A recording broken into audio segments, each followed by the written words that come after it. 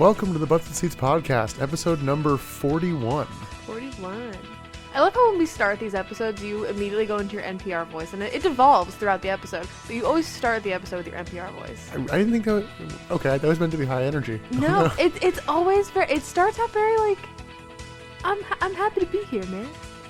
And then you turn into, what the fuck? Well, I'm also realizing that because I start with that, it never leaves an opening to do the... Where we take a look at the slow but inevitable downfall on a week-by-week basis of WCW. And you just slide it in like that. There you go. Yep.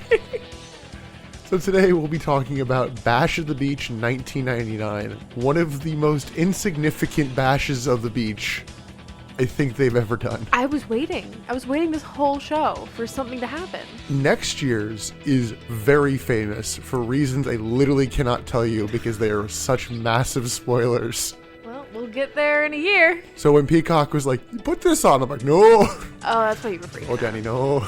Oh, Danny, no, the pipes are not calling.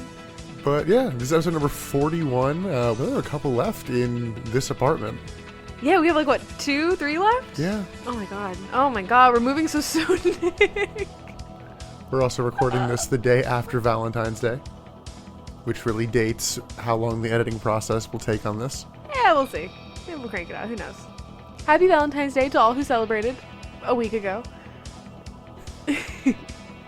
Or two. Or a month ago, we don't know. Merry Christmas to those who are listening. Delete is appropriate. Cut that. So, do you even want to get into this? Well, it's in Fort Lauderdale. Yeah, we don't have a game this week to slow us down from barreling headfirst into. No, but I will say that I am mad about something that happens in this episode because of our game last week. Okay, I think I might know what it is, but So we'll see. Actually, I lied. We do have a little bit of a game. It's The Price is Right. Emily, how many pay-per-view buys did Bash at the Beach 1999 do? Okay, well, I know it's bad because you were looking up the numbers earlier and you made a noise. So for scale, last month did 185,000 buys. Okay. Did this did more or less? Less. Okay, what do you think? 150. Did 175. Okay, not as few as I thought. Now, the noise you heard was me reacting to what it did the previous year. Emily, how many buys did Bash at the Beach 1998 do? I'm gonna guess it did significantly more. Can I get a number? 250. 580,000 buys. Oh no. So, hold on. Let me just do a bit of math here. Oh my god. That is 30% of the business. Oof. Yeah, so, things are rough. Yikes. Oh, and apparently the Megadeth segment of Nitro did a 2.13, the lowest rated segment of Nitro, like in years or ever.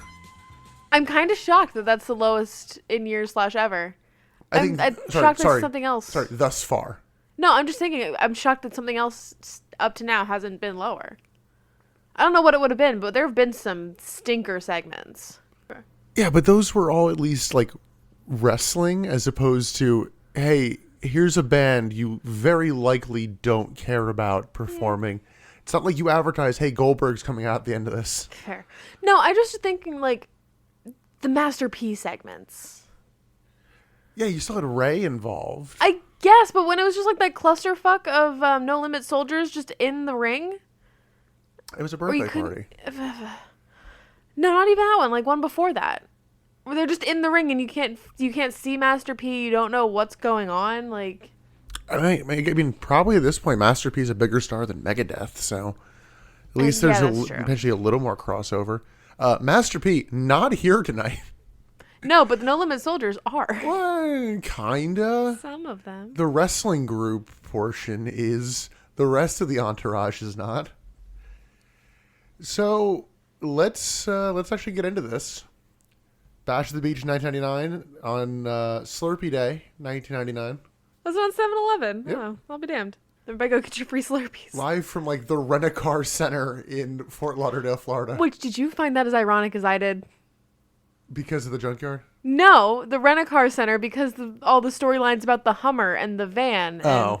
I was like, interesting to do it in a Rent-A-Car Center. It's just the I name thought it of was the, funny. just the name I of the know. arena. It just sounded so rinky-dink that I remembered It it. did. But I took note of that mentally. Of like, tie-in? So they have an opening video package for the show, which has no narration or anything. So if you didn't watch Nitro, it literally makes no sense. The editing on this made it... I can't really explain it. That intro video felt so 90s. I don't know if it was the editing with the jump cuts and like the glitchy kind of seizure-esque sort of like flashes. I don't know. It just felt so 99. Like very dated. I don't know. I can't really explain it. There's a very drastic difference between this and the rest of the video packages we get tonight. Yes. In which, yeah, this just has music. Like, they've not figured out how to do more than one audio track. No. You either have music or you have talking. You cannot have both. I understand this is the era of film. There's no like digital, I guess. But that can't be that hard, right? There's digital. Is there? Yeah. I don't know. But also, just in general, multi-track is not that complicated. That can't be hard. Yeah. Guess what? Film has been doing, montages like that since, almost the dawn of film. True. Are they just being lazy or are they being cheap? Both? Maybe. So we go to the arena and Tony and Bobby check in. Bobby is in rare form tonight. Bobby could not give less of a shit about what's going on But in the ring tonight. But I loved it. I love Bobby. Because he had some great quips again. I didn't take note of too many of them, but a lot of them just felt like, that's your real opinion, isn't it? Yeah. You're shining it up a little bit, but I feel like you believe that. I don't know entirely if he has production in his ear telling him like, shut up, shut up, shut up, shut up, shut up. So they note that the tag match is suddenly for the world title. Tag match main event. Yes. I'm like, oh, that's new. Apparently that got announced on Thunder. Okay. Not really a lot of logic for that, but, No, and we'll get into why that whole thing makes zero sense later. And I'm like, is this a fatal four-way? And it's like, no, it's just a regular. It's still just a tag. A tag match. But Sting can pin Kevin Nash to win. But in a regular tag match, that wouldn't make sense. It's not legal. We're gonna get to it later. Yeah. Now, can we also acknowledge Tony and Bobby's attire? And the fact that I just got up to change into a Hawaiian shirt. Yeah, let it be known that Nick is wearing a Baltimore Orioles Hawaiian shirt that I got for him for free at a baseball game last summer. Yes, I was supposed to go to the game and then I had to work. So I took my friend. But no, it wasn't even just the two guys on commentary. It was Mike Tenay at the Junkyard, too. He was all dressed up. And Gene. And Gene. Gene was in one, too. Oh, Yeah. my God. Dave Penzer and Michael Buffer did not dress up. Can you imagine Michael Buffer in an Aloha shirt? Very easily. So yeah, it's very much a beach kind of theme here. Like the stage is basically a bait and tackle shop. Yeah, I really liked the stage. I thought it looked good. I thought the foreground looked good, and then the background was just like one big backdrop, and Well- like it wasn't enough. You needed a little bit more. It was better than Halloween Havoc. Just the giant inflatable. Giant pumpkin Yeah. with a gargoyle. Yes. It's better than that. That is my bar. So they talk up some of the matches and then throw it over to Gene, who, rocking the purple Hawaiian shirt and like very dark sunglasses. But what Gene says in this little segment is just now confusing me. Like in this moment is really like, why? I have a theory on who it is, and Okay. the issue is my theory is directly tied into the main event. So in this segment, Mean Gene says, you guys won't believe who's backstage. It's insane. Call the hotline and find out. And like that plug alone is just annoying. But now I'm trying to think like, who does he think is backstage and is wild and crazy? Ask me again at the main event. Okay. So Gene then throws the Mike Tenay at the Junkyard, and it's like daytime there, it looks like. And I'm like, oh, did you guys pre-tape this? It's like, No. His spies told him the location of the Junkyard, so Oh, he yes. had to go find it. Who's Mike Tenay's spies? I don't know. It actually did look like, I'm like, okay, this could be cool. And they're like, oh, the way you win is by like escaping. And I'm like, So it's a cage match, Yeah, but the I'm like- cage is cars. and we missed because commentary like didn't note it during any of the weeks of Nitro, but a couple weeks ago, Ric Flair just went, yeah, no more hardcore matches. Did we not see that? I thought we did see that. No, that was on Thunder. But Mike Tenay notes that he doesn't know who will turn up. They might not be in WCW. Could be anybody. It's unsanctioned. Yeah, just the culmination of that is underwhelming. Yeah. But we'll get there. Speaking of underwhelming, We are starting this show hot. And speaking of previous Nitros, we start off with the Cat versus the Disco Inferno, as they call him, in a dance-off. Apparently, at one point, this was being advertised as a loser can't dance in WCW. Yeah, and they went, yeah, no, we're not doing that. I was going to ask you if that was a stipulation thrown on at like Thunder. I guess. I think that would have made it more fun. This was the exact same match that we watched on Nitro. Hold on, you need to give credit. It's the exact same segment and then match. Yes. Complete with the fact that it suddenly becomes a match out of nowhere. I think we could probably side by side this with last week's match, and the moves would probably be the same. I thought about it. just spliced it in as opposed to us. I was so livid when they came out and they're like, we're redoing the dance contest. I'm like, yeah. Who asked for this? So the Not cat, me. So the Cat comes I out. didn't. I don't want this. And heels on the crowd. However, something I didn't know I wanted. The disco ball Disco filter. in neon? Oh, no. No, the disco ball filter's back. Oh, I forgot. I didn't realize that it was gone. It was gone for a while. I think literally like it was on our first episode, and then within a couple weeks, Disco joined the NWO, and they stopped doing it. I did love his neon outfit, though. The bright green. Oh, my God. I had a question for you. Because the Cat goes first. Is that his actual music? The music is not his regular theme that we know it as. Was it not? I'm pretty sure Did it slip they through the forgot cracks? to dub it, and this is his actual James Brown music. I honestly, I wasn't paying that close attention to the dance contest. I found it funny that they edited. I'm pretty sure that they didn't dub that. I'm pretty positive that that is the original music. However, what they did choose to edit in this match, did you notice the blurred out poster behind them? Yes. Did you see what it said? WWF bites. Yeah. Do you know why it's censored? WWF. Yes. Yeah. Because But they chose to edit that, but they didn't change out the music. yeah. So, but they changed it when he came out. That's the weirdest thing. Yeah, I did find it interesting because apparently that's just a weird anomaly you'll see sometimes, on Peacock and the network of like, okay, where is this file from? And it's like, okay, yeah, this one has all the WWF stuff blurred because that's not WCW blurring it. That's WWF blurring it once they got it. Once they got it. So found it was so definitely funny. weird. There is a shot in the celebration of the main event where it's like very clearly the background of a shot where I feel like they were trying to get something important. They just didn't edit. I think it's funny what they choose to edit and what they don't. Yeah, like they really just ignore a lot of the F word chants with Lenny and Lodi. Like they're like, oh, those can stay in. But no, this match also pissed me off. I'm sorry. I'm going to rant about this match a little bit. I have a lot of feelings. So the Cat comes out and he's dancing to his James Brown music. I shouldn't say dancing because he doesn't even do the stupid footwork thing. You know what he does in the dance contest? Nick, he walks in a circle. He walks in one circle and is like, there, I did it. I win. I'm the best. You didn't even try, my guy. And then Disco comes out and he does the exact same dance that he did last week. Which and is literally just one move. Yeah, it's just the disco move. But you can't even call this a dance contest because only one guy did any kind of dancing. So Disco does his one dance move and then ducks a clothesline. And apparently this is a match now, which I think is the same thing I wrote last time. But again, commentary says, oh, the bell rang, now it's a match. The bell never rang. Did it not? The bell never rang.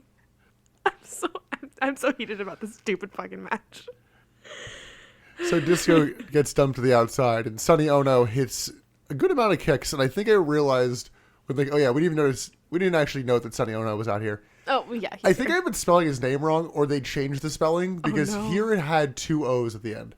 Oh, that's new. No, it was never O-N-O-O. Yeah, here it was, and I'm like, what? What? Yeah, on the That's graphic. a typo. I don't know. On commentary, Tony Schiavone notes that it's odd not having Mike today on commentary with him because he's at the Junkyard. And I'm like, bud, he hasn't been on commentary in months. This is not new. It's been you and Bobby for a long time now, man. Oh, I forget what video package spawned the thought in my head, but like, remember when Eric Bischoff was on commentary for a couple segments Randomly, each week? yeah. Bischoff also not in the show. He hasn't been seen in a while. All right, so we get a standing sidekick from the cat, which is basically his one main move in this. And then he does a lot of dancing and then tries for the pin. And commentary's like, he's so fucking stupid. So I went full JR there. He did more dancing in this portion of the quote-unquote match than he did in the dance contest. I'm naming a move for the cat where the best way I can describe it is my name for it, which is the wobbly chop. The wobbly chop? Yeah, when someone is down, he kind of like does like a weird seizure dance and then tries for a chop to a downed opponent. Oh, okay. The wobbly chop. I like that. Disco goes up to Brett's rope and does a good bit of dancing, then still hits the elbow drop. And I'm like, okay, I guess that's just part of your thing now. Because usually that's okay, you're not going to hit it now. Right. This match went way too long. It could have gone for 30 seconds and it would have been too long. Yeah. Cat hits a big kick out. Disco goes for the stunner, but it's countered, and then the cat hits the same kick. He does go for the shoe, but Disco takes the shoe from him. Well, Cat, I don't know whether we were supposed to hear it. Cat also loudly calls, "Shoe!" Oh, really? I missed that. And I'm like, I guess in kayfabe you could be calling something out for it, but like he very much was just like yelling it now. Yeah, was that a call to Disco to be like, hey, you're ready to sell a shoe? Or was it to Sonny to like, give me the shoe? Yeah, was that a kayfabe call or a shoot call? Or was it a shoe call? Get out. So yeah, he goes for the shoe, and Disco stomps the cat's foot before he can put it on.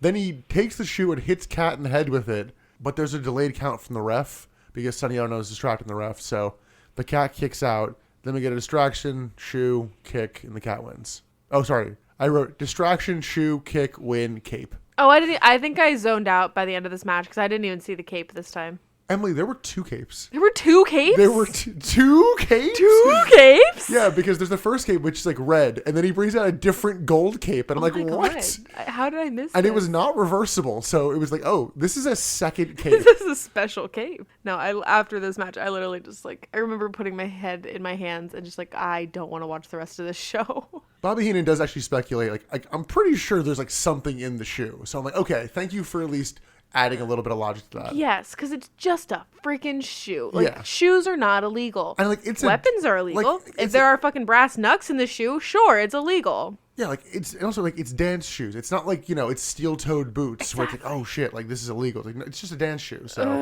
I don't know. I'm so Yeah. dead after this. It should be known that we watched this show almost entirely separately because of like schedules and Nick was traveling, and I watched this in 3 sittings just because the show as a whole, I just kept dying. Now, Emily, I have a very important question for you about this match. Is this match the second best match of the night? I don't want to talk about it. I think it is. I don't want to talk about it, Nick. So we go from that to a WCW.com interview with Judge Mills Lane, who will be refereeing the boxing match later. He actually came off pretty good here. Came off pretty natural. Like he's a TV judge, so he obviously has experience. Yeah, in like front of people. like being a person and not Being a person. well, like being able to talk. So I was like, oh yeah, he came off pretty genuine here. They were interviewing him about like the Mike Tyson fight. Apparently, he was the referee for the famous boxing match between Mike Tyson and Evander Holyfield, where Mike Tyson bit off like part of Holyfield's ear. Yes. Which, remember that. I would have killed for a graphic here, though, because I had no idea who that man was. I figured it out through context clues, but I would have, if they had just like thrown a little graphic up that said Judge Mills Lane, that's all I would have needed. Yeah, Emily's out here like, wow, Ralph has lost weight. So commentary then says it's time for the TV title match, and then we get the first of many very long clip show video. It's like, God. is it even a video package? It's a clip show. Because it's just, okay, in order, here's Yeah. what happened. If you watched Nitro last week, you didn't have to. Yeah, it's like 5-minute clips, it feels. At least it It feels feels like. like it. I would like to go back and see how much of the show is dedicated to these video packages. Yeah, Or they whatever you are wanna they are call them. stretching. They are Yeah. padding the runtime with this. Seriously. Because it wasn't even like fun editing or like new eye-catching whatever. It's literally just beat for beat what happened in the storyline, which can be helpful if you didn't watch Nitro last week, but we did. So I took that time to just like kind of zone out and not pay attention, which was needed. So the actual match is Rick Steiner versus Van Hammer for the television title. So what I will give commentary credit again this week. So I was talking last week about how much I liked the character development, or like the character establishment of Roddy Piper and Hack. They kind of do a little bit of that with Van Hammer here. A little bit. Do they? A little bit. So they talk about how he has the no peace sign on his unitard, his onesie. And they're like, yeah, Van Hammer used to be all about peace, wanting everyone to get along, but then he found out that that wasn't getting him anywhere in WCW. So he said, he basically, like, commentary was explaining that he said, well, if I'm not going to get anywhere with peace, I might as well get somewhere with war. Okay. I was like, okay, cool. That's a character. It's very weak. It's not much of a character, but it gives me something to, like, remember Van Hammer from. I'm appreciative of those little nuggets. Yeah, but Rick Steiner has, if you don't like me, bite me. Which we really need to talk about how bad of a catchphrase that is. My mom used to say bite me a lot, so I don't see it as that I don't bad. know. I mean, bite me is a very much like a screw you kind of thing. Like, Yeah. if you don't like me, screw off. This is weird. This is also a weird match because Van Hammer is also a heel, as is Rick Steiner, so the crowd just doesn't care all that much. True. And this match is real stiff. Yeah, I kind of thought it was like, it seemed stiff, but I also know that Rick Steiner is a touch stiff. Yeah. But it makes me nervous that it was like actually, you know, kind of shoot, because he pulled up the mats on the outside and DDT'd Van Hammer at one point. Yeah, no, I mean, that's part of the thing. Honestly, it was more the in-ring stuff, especially when he's like seated on Van Hammer's back, just hitting like forearms. And I'm like, I don't think Rick Steiner wanted this match. But yeah, as you mentioned, no one wanted this match. As you mentioned, they go to the outside and there's a pull the mats DDT. It's like, oh, okay.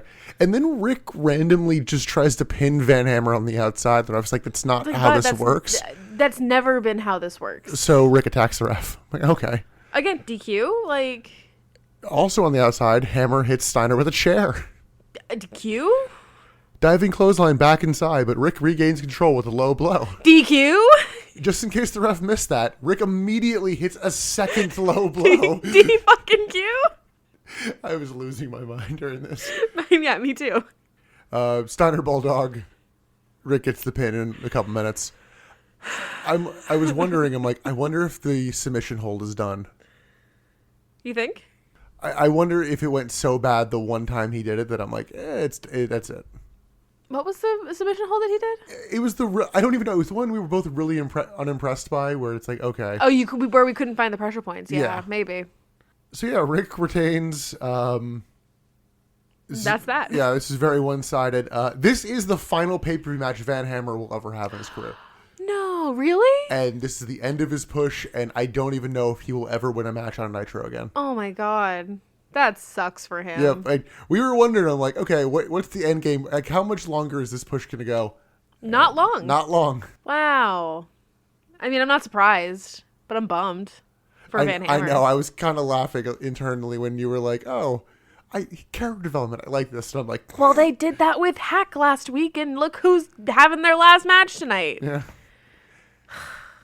Well, speaking of Hack, they go to the Junkyard, and Mike Tenay is there. It's actually a bit darker out there now. Like, the sun set real quick over there. Yeah, I mean, it's Florida, I guess. Yeah, Mike Tenay hypes up the Junkyard match, and apparently there's a trophy that says Hardcore Champion. It's like, are you crowning the first ever Hardcore Champion? Like, the storyline that you've been building for months, and you're just now going to pay it off without any hype? Give the winner a trophy? Yes. I don't remember them getting a trophy. Well, the ref is just standing there next to him, holding this trophy, saying nothing. Like, hello, I'm here. But also, aren't they trying to be, like, wasn't Ric Flair like, hey, no more hardcore matches? In the arena. Oh, in the arena. Okay. Yeah.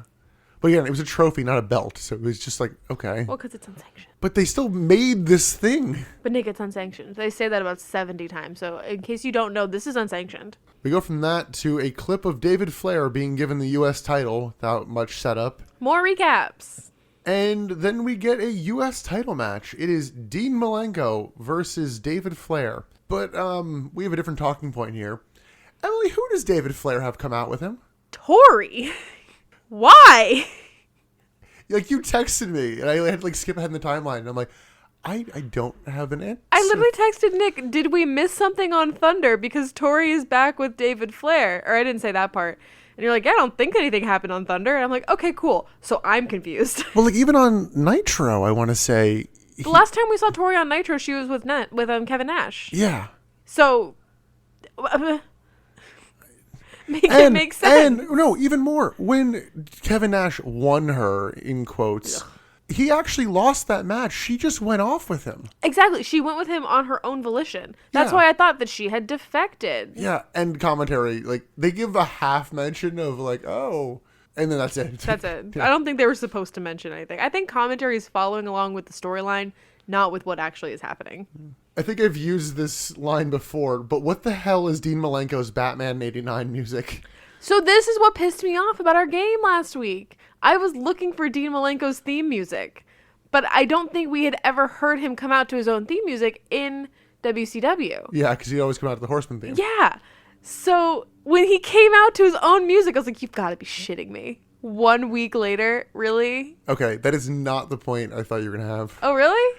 Oh, I was so mad about it. I thought it was going to be that Ray and Conan come out to a theme that isn't the one, different than the one we accidentally played twice. Oh my god, Nick, I was losing my goddamn mind. I watched that back twice. I was like, this is not a different theme. It's a different fucking theme. We'll get there. So the match starts and Dean just wrestles circles around David, and that's the story of, like, really, this fucking kid? Fuck you, I'm better. I mean, I was just thinking this match had to end in interference because there was no way that that David was going to come out of that alive. Like, Dean was going to kill this kid. Yeah. Dean finally goes for the cloverleaf, so Arn comes in and he doesn't even hit Dean, he just spinebusters the ref. And I'm like, yeah, okay. Dean fights everyone off and goes to punch Asia, and he goes, oh no, I won't do that. So then he kicks her and puts her in the cloverleaf, and I'm like, what the fuck? I did love his, I like, won't punch a woman. I did love his, like, moment of hesitation, like, do I fight a woman? I don't know. Yeah, I'm gonna fight this woman. All I really more is, I won't punch a woman. Cloverleafer, though.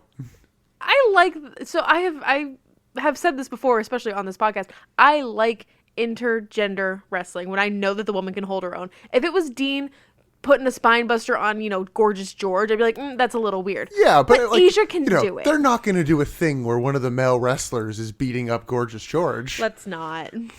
They wouldn't do that. We'll get there. Let's not. Anyway, women like Miss Madness, even Medusa to an extent, and Asia. I think these women can. Well, Medusa, I know she will wrestle the men. She has wrestled a couple guys in WCW. It's just been a while. Fair. But these women can actually take it, and they know how to take it. So I'm okay with seeing the intergender. It doesn't make me uncomfortable. In fact, I like it. I think I just realized a joke in the Southpaw Regional Wrestling series where it's I guess it's season 2 where they bring in Natalia's character. I forget what the character's name is. But it's like, oh, we only hired one. And it's like, that feels like WCW when they hired Medusa, because she was the WWF Women's Champion, and I'm like, I literally cannot think of a single thing Medusa does with another woman that isn't Team Madness. Well, maybe that was a dig. I guess dig. I don't know if it's a dig or the inspiration for the joke. I guess there's there's a line between there. So Rick comes in, hits Dean with the title belt, and it's like, oh yeah, Charles Robinson suddenly has his referee shirt on. And because David came out with Tori, Rick, Arn, Charles, and Asia. Yeah, so that's why I was like, there's no way this isn't ending in interference. There's no way. So Rick then pulls David on top of Dean, and he gets the pin. And then as they're celebrating and walking up the ramp, both Arn and Rick stomp Dean a bit.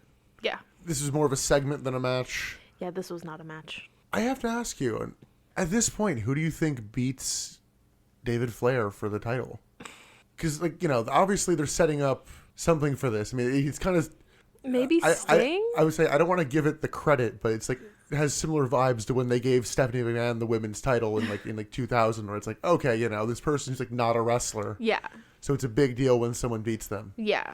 I'm thinking it's got to be one of the big names, but it's got to be someone who's good enough on their own to beat down the other 4 of them too. Yeah, but that was my initial thought was Goldberg, because he just came back. But Goldberg doesn't need it. Sting doesn't need it. So I'm like, who? Frankly, Buff needed it. Yeah. But you already did Buff. I guess you could go back to it. That would have been a good story, though. I mean, that's what I'm saying. Like, it was either last week or the week before where I'm like, oh, he should win here. Yeah. He absolutely should win here. And then he didn't. And I'm like, okay, so then you did Dean. And I'm like, okay, I guess you do Perry Saturn next and then Benoit. Just go through the whole Radicals until they leave the company.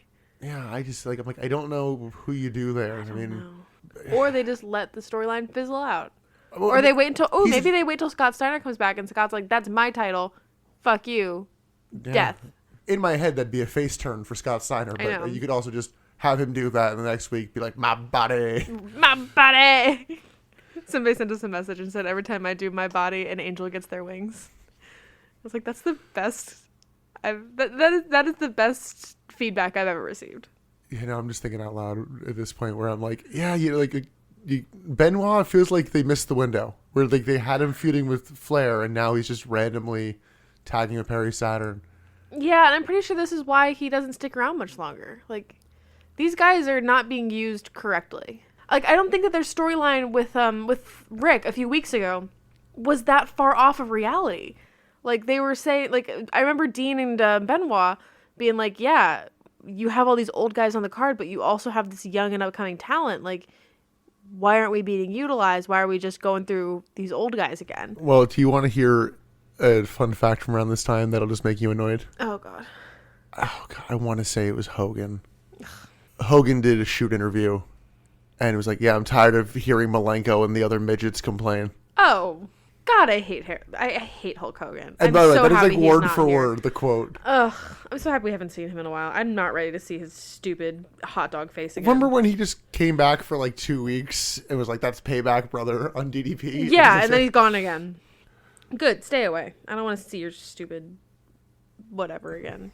Moving on, we have an 8-man elimination tag team match. It is the No Limit Soldiers, who are comprised of Rey Mysterio, Conan, Swole, and B.A. They also have 2 guys with them, and I swore one of them was B.A., and then he just randomly showed up, and they're like, oh yeah, that's Chase. And I'm like, who? The other guy is called 4x4. But they say that he should be 8x8 because he's so big. Oh, he is a brick shithouse. Good for you for keeping track of their names, though. I have no idea. I know I have to because you won't. The Rapist Crabs came out, too, and I'm like, I don't fucking know. Bi-weekly quiz. Who is on the Rapist Crabs, a.k.a. the West Texas Rednecks? Okay, so I have the names, but I don't know whose face each name belongs to. Okay. So I know there's Barry and Kurt Windham. Bobby No, Duncombe. It's not Kurt No, Windham. Barry and Kendall Windham. Yes. Kurt Hennig and Bobby Duncombe Jr. Yes. The only face that I am confident in whose name belongs to it is Kurt. That's the only one I've got. I feel like you should know Barry Windham just by, what the fuck is this man wearing? I always think he's Kendall. No, Barry Windham is the one who comes out he's wearing a Rapist Crap t-shirt tucked into his camouflage shorts, which I'm like, of all the matches to wear camouflage, you're doing it against the No Limit Soldiers. True. You know, the big knee pads, the boots, and the yellow gloves. And the white tank top. No, because he was wearing the Rapist Crap shirt. What's he usually wears the white tank top. He though, mixes yeah? it up. Okay. But I always, in my head, that's Kendall. No, that is not Kendall. Well, obviously, I'm saying in my head. Well, it's almost funny because you've actually seen Barry Windham way more than Kendall Windham or Bobby Duncombe. But for some reason, that's not Barry Windham in my head. I wanted to do Who's That Pokemon for Barry Windham, and I couldn't find any, so I didn't even bother texting you. Oh my god. Yeah, that would have been really hard. So No Limit Soldiers come out, and Conan does his Spanglish promo, and he actually admits, like, oh, just because you got a song with a catchy hook. It's like, he knows it's catchy. Okay, so we're all on the same page. It's a good song. Oh, and then Ray continues to make me sad on the mic. Match starts early on. Barry Windham is bumping around for Ray. Like, this match and this storyline is here to elevate Ray. I don't know how much it's achieving in that, but it's clear that's the goal. It's not elevating him on the mic, though. No. I mean, there's a reason that he goes back to his masked persona and does not really cut promos. I mean, on paper, you put him with one of the biggest megastars in the world. Right. And I actually correctly predicted the, I guess, finish or final group of this match based on, okay, I guess you have to do this. but we'll get to that group. Oh, yeah. Kurt Hennig tags in, and he's like real intense, and I'm like, are you pissed off and are just working that out right now? But he does do a fun cartwheel dodge at one That point. was cool. I did like his little cartwheel. His cartwheel, as I wrote it. Swole tags in, and what'd you think of Swole in this match? Not much. He wasn't as bad as I thought he'd be. Like, No. he's green, but it was like okay, you're like... He was throwing punches. Like, he was fine. That's pretty much all he was doing. I mean, yeah. Yeah, but like, he didn't embarrass himself, I wouldn't No, say. Like, no, he's no, no. not... He can't put it together, but... He held his own as much as he needed to. Yeah. I've seen worse. But, I was expecting rock bottom. I'm like, okay. No. I think if you had some time to train, you could do something, but... It's not like, you have all this charisma that's Right. like, oh, we need to hone this. Just like, you're a big dude who was related to somebody who related's relative, but, associated with somebody associated with. that we're done with. Yeah. So I know he's around for a little bit, but not a long bit. They're going to keep doing the storyline? Well, I think they're done with the storyline, but I know Swole sticks around. Oh, okay. So they do try to make him a bit of a character. I think a little bit. I mean, Okay. I don't think he makes it out of the calendar year. Well, okay. Ray does his fake dive to the outside, which one, wasn't convincing at all. But two, it's weird the fake dive is the 619. Yeah, I did notice that he kind of did a 619. But It's like, yeah, oh, but we're not. But there was to nobody no one. there. Yeah. It's meant to be a fake dive kind of thing. Like, ooh, swerved you. We do get a interesting move of a vaulted flip drop kick from Ray and Conan. I'm like, oh, okay. Where Conan just flips Ray, doing a somersault and just, kicks, I want to say Barry Windham. Or was it Kendall? It might have been Kurt, honestly. Ironically, I meant to say Bobby Duncombe, and I just said Barry Windham. Really? Haha. See, it's not easy. I didn't note which one it was. It's not that easy. So the first elimination is weird, where Swole hits a move and then tries to knock two guys off the apron, then tries to pin Bobby Duncombe, who's just been laying since that move. Duncombe kicks out, and then Ray just hits a springboard leg drop, and Swole then awkwardly pins him then. It was it's an odd sequence of, again, Swole being green. It didn't entirely make sense, but first elimination. So we're getting somewhere. Yeah, and as Duncombe is leaving, he clocks 4x4, but the camera completely ignores this until Hennig joins, and it turns into a brawl.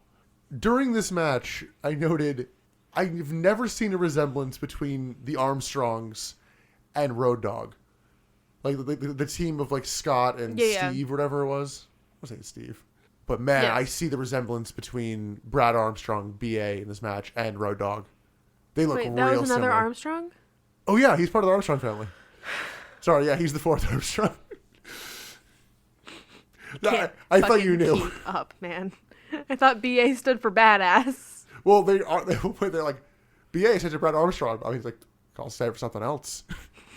Just yes, that's the thing. Oh my god. There's too many. There's too many of everything. There's just too many. Well, I think BA knows that he's about to go out because he tries to bring up the intensity a little bit and then just gets pinned with a Hennig plex, which I'm realizing how rare that is. We do not see Kurt Hennig win matches, it feels like. True. Him pinning people with it, people usually don't kick out of that, but he has not been hitting it recently. True. Oh, wow. Conan then comes in, hits a facebuster, but Barry Windham breaks up the pin.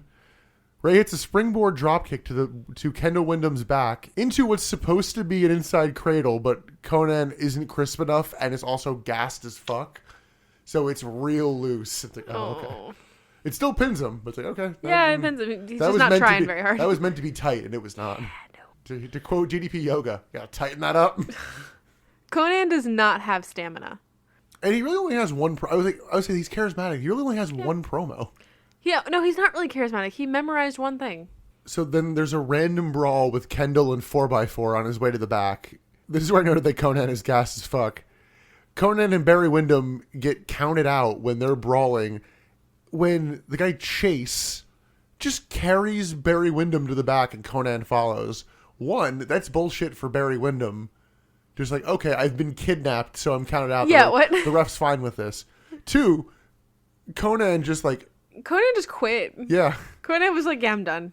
I'm going to see you guys in the back. Yeah, so both men are counted out, which leaves us with the final portion that I'm like, okay, this is what it has to be. Because you're pushing Swole and you're pushing Ray, and Kurt's the centerpiece of the West Texas Redneck, Yeah. so it has to come down to this group. And it did. I did think for a minute, I'm like, are they going to have Kurt eliminate Ray and then just have him and Swole? But I'm like, no, you can't eliminate Ray in this match. He has to be part of it to kind of help put him over. Yeah. I do wonder how much of Ray getting put over is still like an apology. Do you think we're past that? I think we are. I think literally this is part of their plan because they took the mask off to make him more marketable. So now they're pushing him. Okay.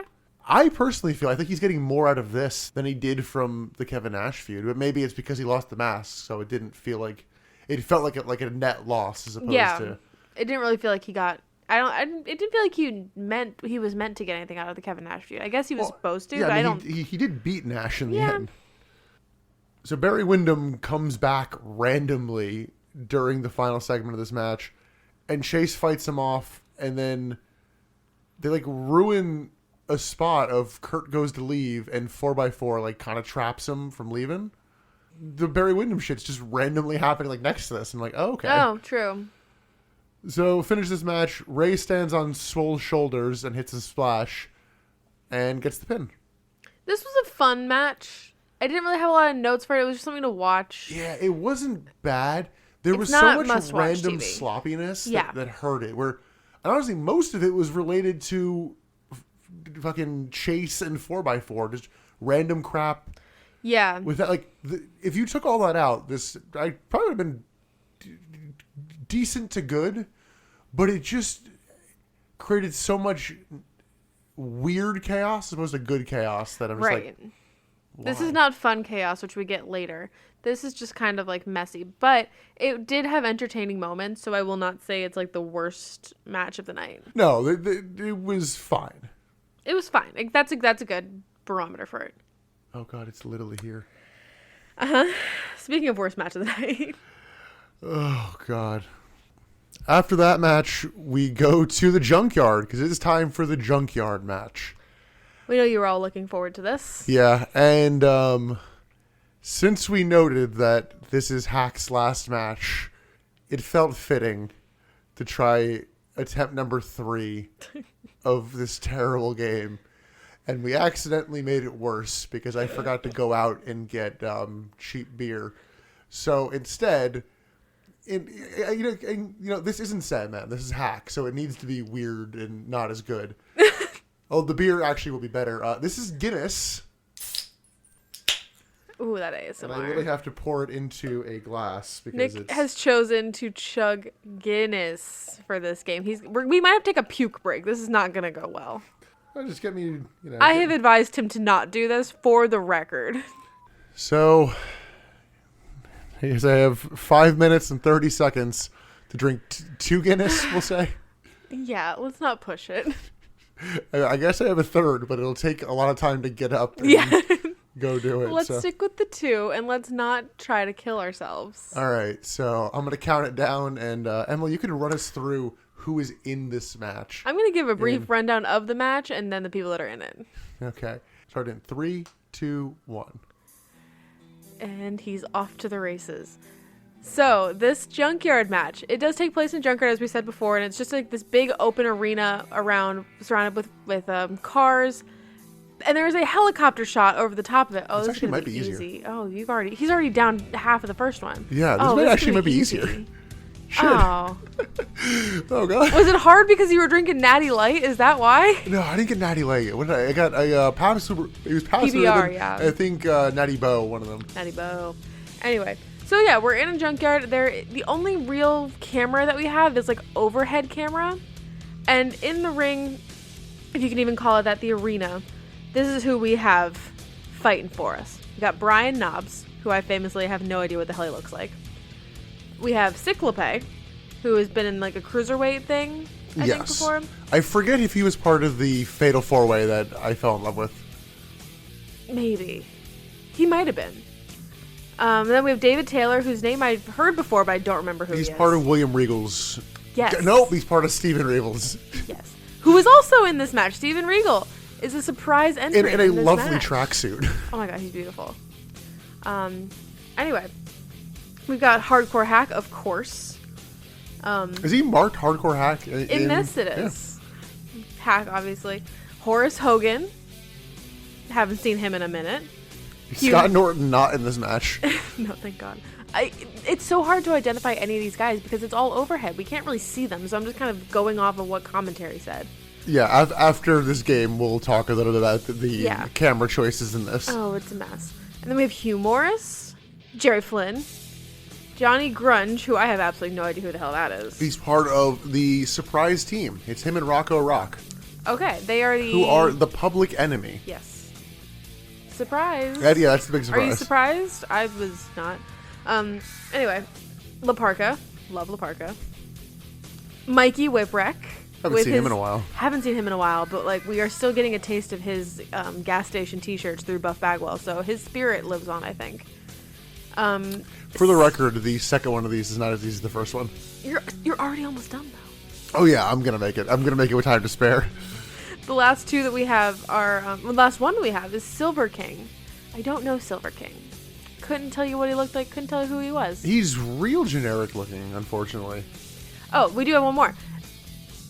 So yeah, Brian Knobbs, Sickle Pay, David Taylor, Hack, Hogan, Hugh Morris, Jerry Flynn, Johnny Grunge, La Parka, Mikey Whipwreck, Rocco Rock, Silver King, Steve Regal, and Fit Finlay. Yeah, you forgot the winner because you're reading all the losers. Okay, you didn't have to say it. There's no notes for this match. Then said, Emily, how much do you think this match costs to put on? A lot. Give me a dollar amount. I'm guessing like a couple $100,000. No, maybe like 100,000. Correct. Really? Oh, also, I just finished.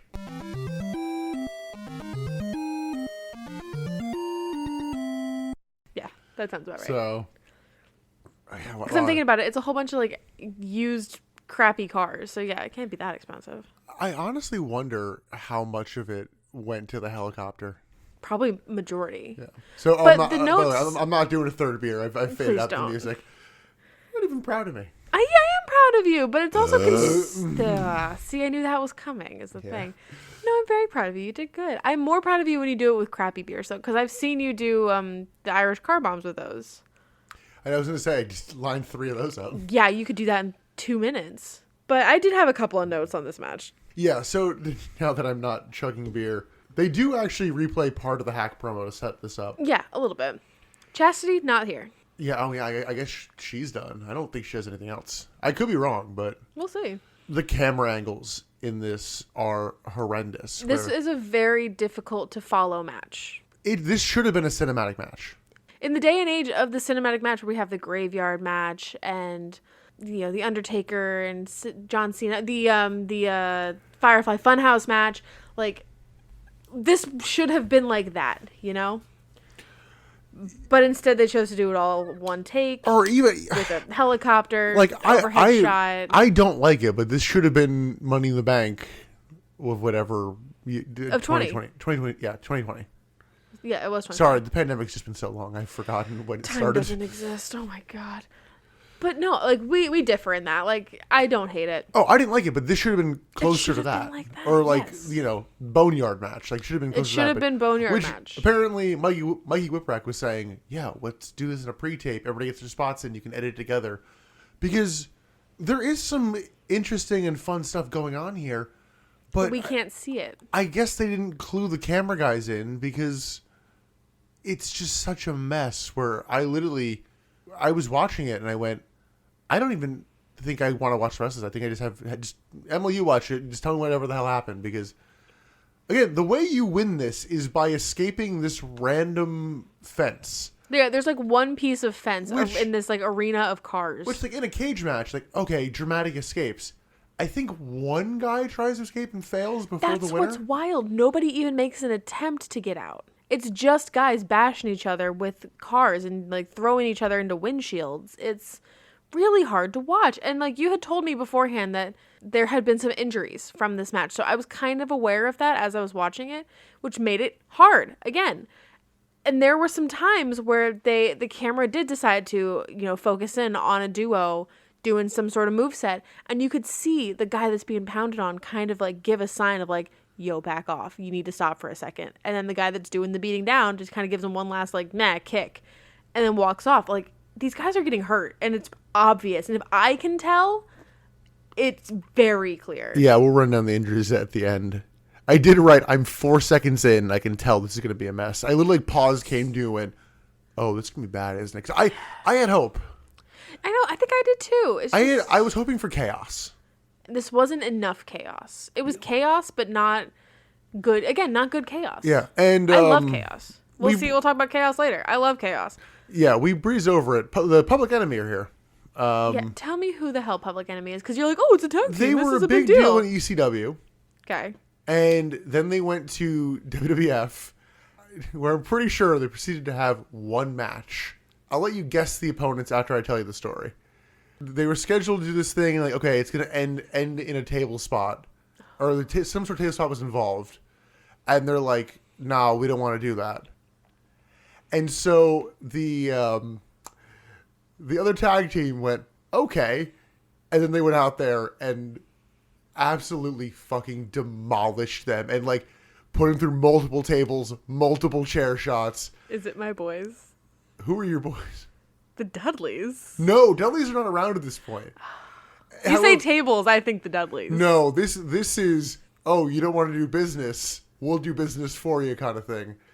Would it shock you to learn that the Acolytes are the ones who decided, fuck you, and they beat them so bad they were never seen again? That said, funny you mentioned the Dudleys, because there is a great line from when the Dudleys and Acolytes are playing poker. I think they are the APA at this point. And the Dudleys go, hey, I know we're your enemy, but we ain't the Public Enemy. That is a fantastic line. It's like, that's such an insider line. Like, you need to know. Yeah. I love that. But yeah, one match, and it's like, now fuck these guys. That happened to somebody else. I think they were also just generally dicks backstage, too. Yeah, no. That doesn't surprise me. But what that happened to somebody else during the invasion where they came in and did one match and it was so terrible that they never came back? Who was that? So that was different. That match was bad. This one was more internal politics. That one was the team of Chronic, which is yes. Brian Adams and Brian Clark, Adam Bomb, whoever Adam Bomb is. You tell me Brian Adams put on a bad match, Nick? I know. You're telling me that Brian Adams sucks? I don't feel Don't bad. worry. We'll get to that match in like 4 years. We have that to look forward to. 4 years? What are we doing this podcast for 4 years? We've actually joked that I'm like, am I going to make you watch The Invasion again for the podcast? We weren't even watching. We were watching The Invasion for fun, Nick. We watched that for fun. How am I still a wrestling fan? Anyway, that's kind of all I had note-wise on this. And can we talk about Hack literally attempting murder on Finlay? Oh, yeah. Oh, that's the finish of the match for what it's worth. Well, you said you didn't have any notes. That's my next note. I did actually have one note where I feel like I want to point out I don't blame any of the talent for this in this match. Oh no, I think this is just a booking issue. This is you had an idea and didn't think it through enough production wise, and so it turned out to be a shit show. Like they clearly developed some fun spots. Yeah. That, you know, if this was cinematic, this would have been cool. Yeah. But there was the one helicopter camera shot, and then 2 more cameras, you think? Maybe. Yeah, 2 guys just running around inside. Yeah, who don't seem to be clued into, like... anything. Yeah. Yeah. I did appreciate that also the wrestlers were not required to wear their regular wrestling attire, as mentioned with Steve Regal's tracksuit. Oh, yeah. It's like, look, you're in a junkyard. You don't need the... Oh, we didn't even talk about this. I don't remember the context leading into this line, but we said that Bobby was in rare form tonight. Did you catch the line he said about the junkyard going into it? I remember him having a couple of digs about Florida, but... No, he just says, it's a junkyard, not a bakery. What? I don't know! Oh yeah. No idea what the context was. I just remembered him and Tony being like, Bobby. I remember Bobby asking Tony earlier tonight, "You ever been to a junkyard?" And he's like, "Yeah, I have." He's like, "Have you?" He's like, "No. Why would I go to a junkyard?" Why have you been to a junkyard? I might have missed the note somewhere in one of the other matches where I'm like, Tony and Bobby don't have zero chemistry, but goddamn, is it close?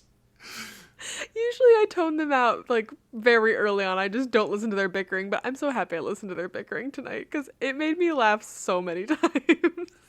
Just, it's a junkyard, not a bakery. What the fuck does that mean? So yeah, the fact that you win by escape is entirely pointless.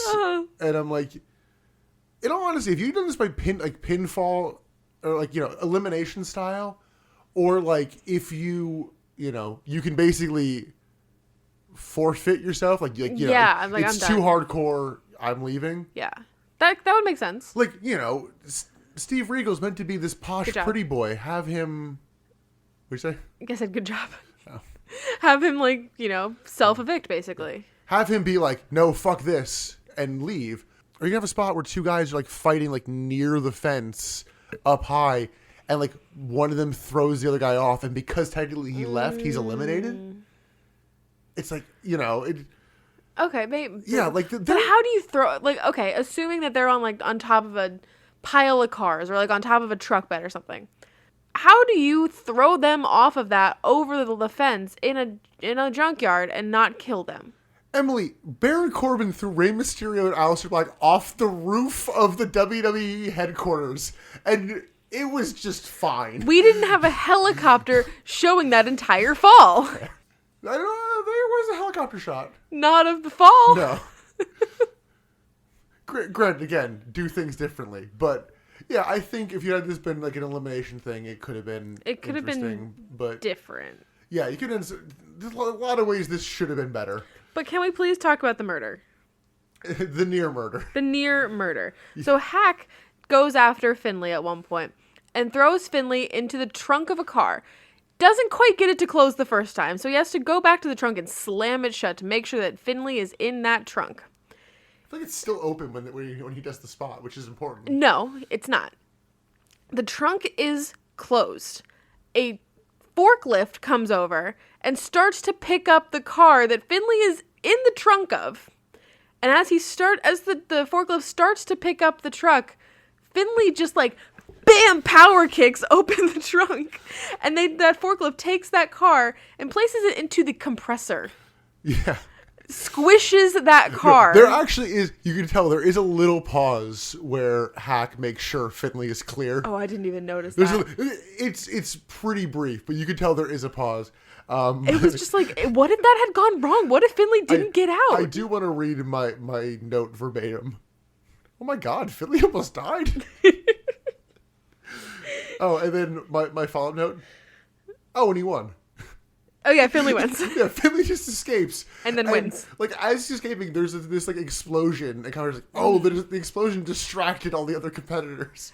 No one even tries to go after Finley. He has a breeze just going up and down the fence, and he wins. The end. So he gets a trophy.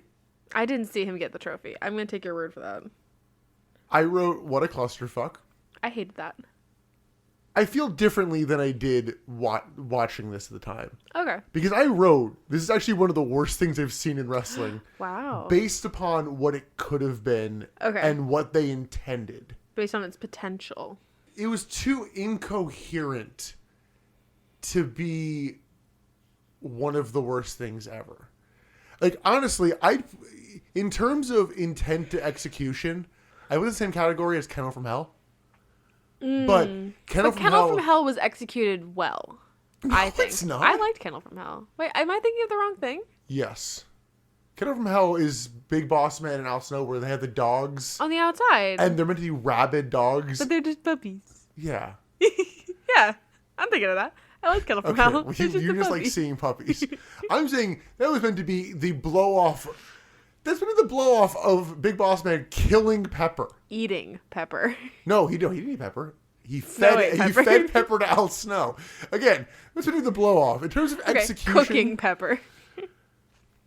Oh my god, that's one of my favorite feuds in wrestling. That's so ridiculous. There's no distraction from what a mess that is. This is just so incoherent. You almost can't tell what a mess it is. I think that segment, that storyline, is why I love chaos in wrestling so much, because I think that's like the first story. That's the first storyline that I remember watching and being like, "This is amazing." How is Big Boss Man not in your boy stable? He should be. Considering, do you remember what Boss Man's next storyline is after that? No. It's the Big Freak Show's fake daddy. Oh my god. And him crashing the funeral. Oh my god.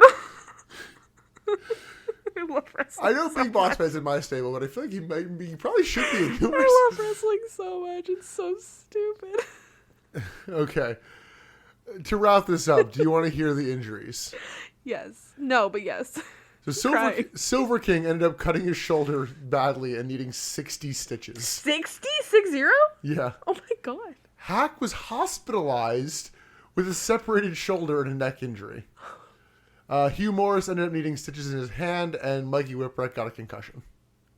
Okay. Honestly, less than I thought it would be, but... Still hospitalized and 60 Yeah. stitches. That's insane. This was a terrible idea. Yeah.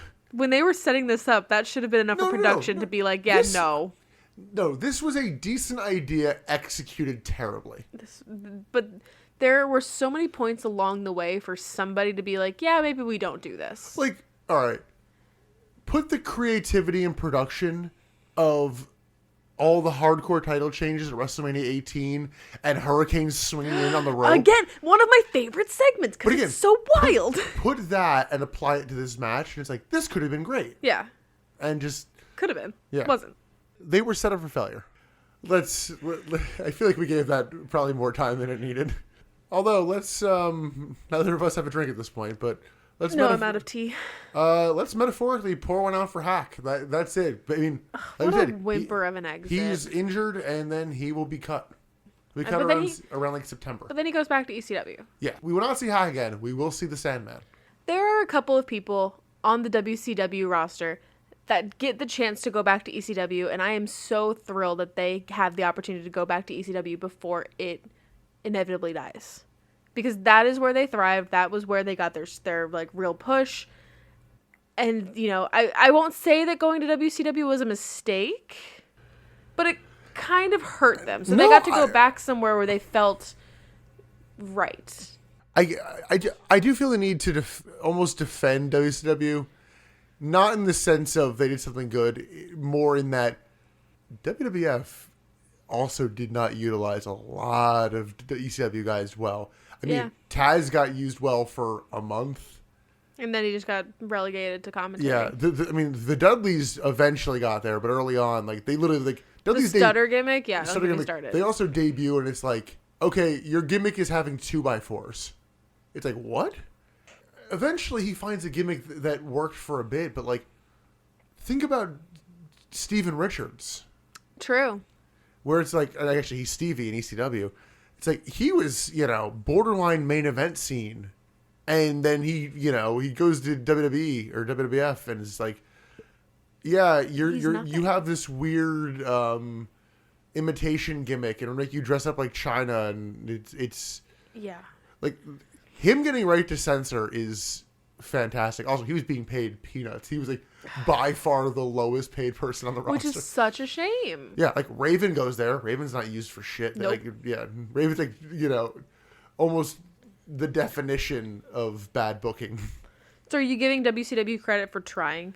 No, I'm saying they're on par with WWF in terms of the majority of taking guys from ECW and then not doing shit with them. And I do count the Invasion. Yeah, they didn't do shit with them. No, that's not true. They had one great moment with them.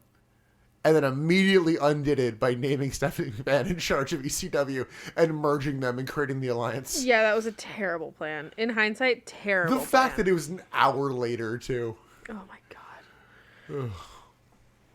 But no, I am happy that certain people did have the opportunity to go back and kind of remind themselves why they love what they do and they're not just, fading out their careers on the whimper of WCW. They get to go out with a bang on ECW with their people, with what they know. So I respect that. So Sandman, we will see you at some point in the future. I have no idea when. I might have to look it up and spoil it for myself because I'm really hoping it's on a pay-per-view so we get to see it. Oh my god, yeah. That'd be Where nice. he just shows up, at the end of a main event or kind of Yeah. or something.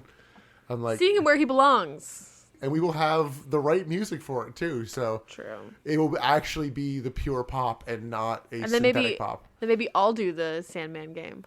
Yeah, I guess I did it in the original run. You have to do it going forward. I can do that. I'm not a great chugger, but I can try. Moving on to our next match, which I think we probably could have predicted would have been match of the night, knowing the card. Yes. And it This- didn't disappoint in that respect. No. I don't know if it disappointed as a whole. We'll kind of talk through it. But it is the Jersey Triad versus Chris Benoit and Perry Saturn for the tag team titles. This was a welcome breath of fresh air after the Junkyard match. Yeah, Coming into a match that, like, we know, okay, this is going to be a good match. Yeah, this definitely was the, like, do I stop watching? Okay, Okay, no. Which, it's just kind of the Chris Benoit and Perry Saturn spot at this point of just like I feel like I want to die. Okay, I can stick it out. Yeah, honestly, because you know that those guys are going to do real wrestling. So we get the same length video package as all the other ones. About 7 minutes. Yeah. DDP grabs a mic when they come out, and I'm like, I feel like I've seen this before. However, there is the great line of all three of them of bada bing, bada boom, bada bang. Like, yes, I love it. Embrace the Jersey. I heard that line, and I watched this without Nick. We watched this one separately. I heard that line. I was like, Nick is going to lock on to that line. And he came home and watched it while I was in the bedroom or something. And he comes in, he's like, bada bing, bada boom. I'm like, fuck, I was right. No, all right. what I said to you is, that's currently my best bit. Yes. So, match starts. Tony does note that the Jersey Triad rule is weird, how it can be, they can just rotate Yeah. people. Nick got focused on the word Okay. rotate. We fought about this a little bit. Yeah, okay. I'm willing to relent a little bit. It actually is a lot more seamless in this match than other matches because they don't do as many ref admonishing the person on the floor for cheating. Yes. It's kind of just also, accepted. My main annoyance in this match is it starts off with two guys on the apron, like as a handicap match, and then once DDP tags out, he goes to the floor. And I'm just like, wait, so what the fuck? Is it a handicap match or not? Like, just fucking pick one. I think you were hyper-focusing on the word rotate. Because Tony Schiavone said that they are rotating. Yeah, and but you were like, if there's two guys on the apron and one guy on the floor, then there should always be two guys on the apron. yes, I stand by that. It's a matter of you either have two guys on the apron or you have one and you rotate. Where this is now a new thing where I said before, it should just be both of them on the apron. It should just always be a 3-on-2. It is a 3-on-2, but I the know. Triad don't give a shit about the rules, and that's established. Like, we can't even say, like, there are rules. But it's established. But they do sometimes because the third person drops to the floor because they're not allowed to be on the apron. Are they actually told by the ref that they're not allowed to be on the apron? Or do they just go to the floor because they feel like being on the floor? They go to the floor in a managerial sense. The way they act is as a third-person manager. I don't know. I think that you put too much into it. I watched this closely. That said, as mentioned, they don't do as many of the ref admonishing, hey, you can't be involved. So it's a lot more seamless in this match than previous matches. I just don't think that there's anything to your argument. I think you're thinking about it more than anybody else involved in this match did. I actually think it's DDP's fault. Really? I do. I think DDP is the only one who actually goes to the floor. I think Canyon and Bam Bam Bigelow both stay on the apron. But DDP also has that, like, cockiness to his character. So he'll go on the floor and he'll be like, yeah, we're killing them. We're crushing this, whatever. Yeah. Well, DDP also famously is like, we write the whole match out before we go out there. True. So I wonder maybe he just, like, knew. Well, I think the rules. That's why I'm thinking, like, is he sticking to it? And then Candy and Bam Bam are like, it's fucking whatever. We'll just be on the apron. Does he just know that he's not about to be tagged in because he wrote the whole thing, so he has a minute to go on the floor and play with the audience a little bit? I don't know about that. He does do well in bringing the crowd back into this, because I think this is probably the best time of any to note, fuck this. Okay, I was going to think fuck this crowd, but this crowd has been given dog shit to work with. Because the crowd... I didn't think fuck this crowd. What's wrong with the crowd? Because they start playing with beach balls in the middle of this match. Okay, well, can you blame them? You didn't do it during the last match. Right? We don't know. They may have. Actually, shit, yeah, that's... They probably did. Actually, yeah, we kind of ignored that aspect of the match. There was no audience.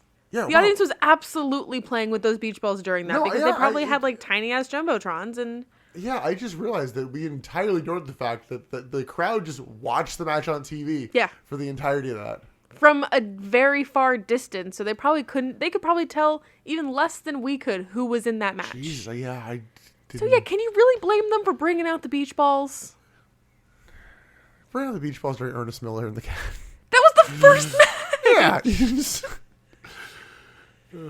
Anyway, so yes, during this match there are some beach balls, and the audience is a little more enthralled with what's happening with the balls than they are with what's happening in the ring. And they do kind of change, like they shift their focus. They're throwing the boos at security. They are obviously not watching the match. I know what you mean. They are not throwing their boos at security. Although at the end, somebody frisbeed a pizza box. Did you see that? Okay, was that what it was? Yeah. We'll talk about it. See it. So actually, before we get into the match itself, Bobby suddenly like turns it back on and like into like a great like analytical commentator when he's trying to put over the Jersey tryout. Like he goes like one by one, like here's why each of these men are great, and it's like, oh, that's true. He does do that. I think that Canyon really carried this match. Bam Bam was in for like an entirety of maybe 30 seconds. I agree with you on the Bam Bam very thing. much. I mean, not Canyon was very good in this match. He was. I don't know how. When you're in there with Saturn and Benoit, I don't know how much I'll say you carried the match. He didn't carry his match. He carried his team. I thought DDP was fine. But Canyon did most of the heavy lifting for the triad. So actually in this match, we get a nice chop from Benoit on the apron, which leads to a T-bone suplex from Saturn. Then we get a snap suplex from Benoit into like a lion tamer? Yeah. Which was a transitional move into like a throw. And I'm like, you guys were friends, just fucking nicking your friend's finisher. Yeah. Or maybe it was an homage, like, you know, Jericho, I hope you're watching. I missed you, bud. Maybe it was that. I think we might have gotten Emily's least favorite spot in the history of wrestling. Oh. The double snot rocket from the faces. Yep. Oh, that was not fun for Emily. Yeah, it was weird and gross. Disgusting. I'm like, I hated that. Challenges work over Canyon, including a diving leg drop from Saturn. You know what could have made the double snot rocket my absolute least favorite? If they did it through the stun gun. Just like, it's electrified snot. No, I was thinking if somebody has an opponent in a bear hug. Okay. And then double snot rockets them. So the numbers game finally gives the champs the advantage. We get a nice stalling suplex and then a falling headbutt from Bam Bam Bigelow, one of his like two spots of this match. And this is where I noted beach balls have entered the fray of all the matches. I wish it wasn't this match, because this match was, you know, okay, we're back, we're good, everything's going to be okay now. But again, can't blame the audience. We then get a super belly-to-belly suplex, and get a hot tag from both teams, and Benoit cleans house until DDP stops him with a diving clothesline. And then he goes up the ropes to taunt the crowd, and like falls, so he has to like roll through it. And then jumps up on the apron. He actually managed to recover pretty well. He did. He sold it very well. But it was just that, well. like, oh. There was one bit in that I didn't even notice until I was rewatching it with you. He goes up on the guardrail to, like, that is, you know, on the edge of the outside to the crowd. And he just fully stands on top of the guardrail and grabs some random audience member's hand to steady himself. The amount of trust that he had in some random stranger to keep him upright. I thought that was so cool. It was so sick. Like, I love DDP. But yeah, he really sold that fall. It was a very clear fall. He fell. Yeah, he lost his balance. I was really hoping he was going to pull Cesaro and go into the crowd and rip up the beach ball. Yeah, you were so hell-bent on ending those beach balls. We do get a nice moment of an attempted sunset flip or aloha to Benoit. And, like, he grabs the rope, so DDP on the apron, like, kicks his hands off. Like, okay, you know, it's like smart tag team action. We also get, like, an awesome Alabama Slam spine buster from Canyon. And again, I'm like, I don't even know what the hell it is. I'm like, I wish Canyon didn't have a finisher and just had more, just like, oh yeah, he just wins matches with these, like, random cool-ass moves. Yeah. The issue is he just doesn't win matches. And he's so good. Like, he should be getting the same kind of push that, like, Buff is getting. Yeah, I'd be fine with that. Like, he's so good. I then wrote here, I think this is where beach balls and all that were getting to me, and the booing security. Fuck this crowd. Yeah. We do the lift for the tag spot, which is just part of every DDP That's tag. just DDP's thing now. And he gets the tag, but I don't even see how the ref misses it. I'm like, wait, happened so quick. Like, how the fuck did you miss that? So then DDP hits a sit-out powerbomb on Benoit. The heels work over Benoit until a hot tag to Saturn, and Bam Bam Bigelow misses his top rope moonsault. At this point, the ref does not give a shit who the legal man is, because he's just counting the pin for any combination that they go with. DDP breaks up the pin after a diving headbutt and diving splash like combo. And then Canyon grabs the powder when Saturn goes for the Death Valley driver and throws it at Saturn, but actually hits both men, which I thought was a, you know, good... Realistic. I mean, yeah, a realistic thing of just like, yeah, it's powder. It's going to go fucking everywhere. So do we know where the powder came from? Is this a, like, running thing with them? Because it was just kind of like... I think it's surprise powder. It's just a general heel tactic. It's not, I mean, it might have been under the ring, or he had it, like, you know, in his tights the whole time. Do we know what the powder was, or is it okay that I keep calling it pocket sand? we can do that. It's pocket sand. It basically is. So both of them are blind, and DDP, while blinded, just feels a body and hits the diamond cutter on Canyon. I'm like, okay, I like that. Yeah. Again, realistic. Saturn or Benoit then goes for the pin, but Bam Bam Bigelow puts Canyon's foot on the rope. I want to say it's Benoit because Benoit was not the legal man. It was like, okay. Yeah, I don't know.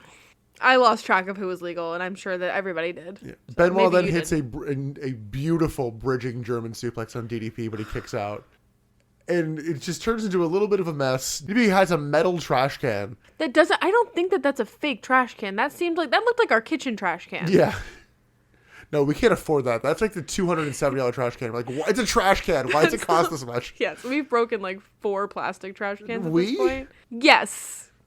No, I think you only broken one. I think like 2 have gotten molded. 2 have molded out, yeah. But this is the one that we like long after in Bed Bath & Beyond. It's a nice, real trash can. Yeah, so it hits both men, and then they finally figure out the assisted diamond cutter, which is basically just a 3D, and the Triad get the win.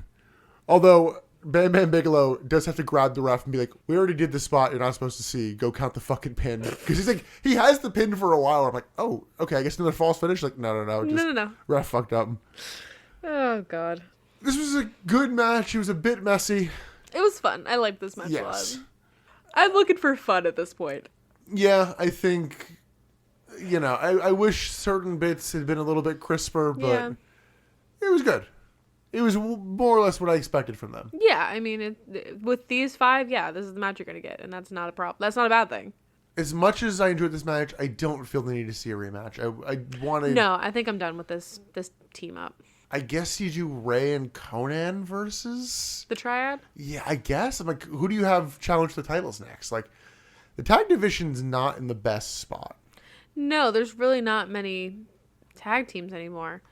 I just realized Billy Kidman was not on this. Yeah, he's not really in any storylines. I mean, the last storyline he actually had was the Hugh Morris thing, and then his match got interrupted by Macho Man, and that's kind of it. He's like dating Tori now, though, isn't he? Oh, yeah. Let's move on to my favorite match of the night. This is your favorite? Oh, my God. Let's go on to the boxing match. Holy Jesus. Okay. This is going to be a contrast from the two of us. I'm sorry. I loved this match. So it is Roddy Piper versus Buff Bagwell with Judge Mills Lane as the special guest ref. And Mills Lane comes out in a judge's robe, but does end up taking it off for it. Yeah. And this match apparently also warrants Michael Buffer. And I'm like, okay. I think because it was a boxing match, like, yeah, okay, he does boxing stuff, so let's bring him out. Wouldn't this have been like a real big payday for Michael Buffer? I don't know how Michael Buffer's pay scale works. Because, like, he he has to be paid by, like, I assume it's like a regular day rate. It's not like, for each match? Like, is that... I don't know. I don't understand how his contract works. I thought it was by appearance, not by match. But is it by appearance in the show? Like, he was there twice. So he announced 2 matches. Does he get double his rate? Either way, that man is making a killing. Oh my god, yeah. He does not want for anything. So Piper comes out with Ric Flair in his corner. Buff comes out, and Tony has the line, "Listen to this ovation." I'm like, it's fine. Wasn't anything crazy. Wasn't like a Stone Cold Steve Austin pop. Oh god, no. But Buff comes out actually in boxing shorts, which I did appreciate. Yeah. Because Piper comes out in his trunks, and it just looks weird.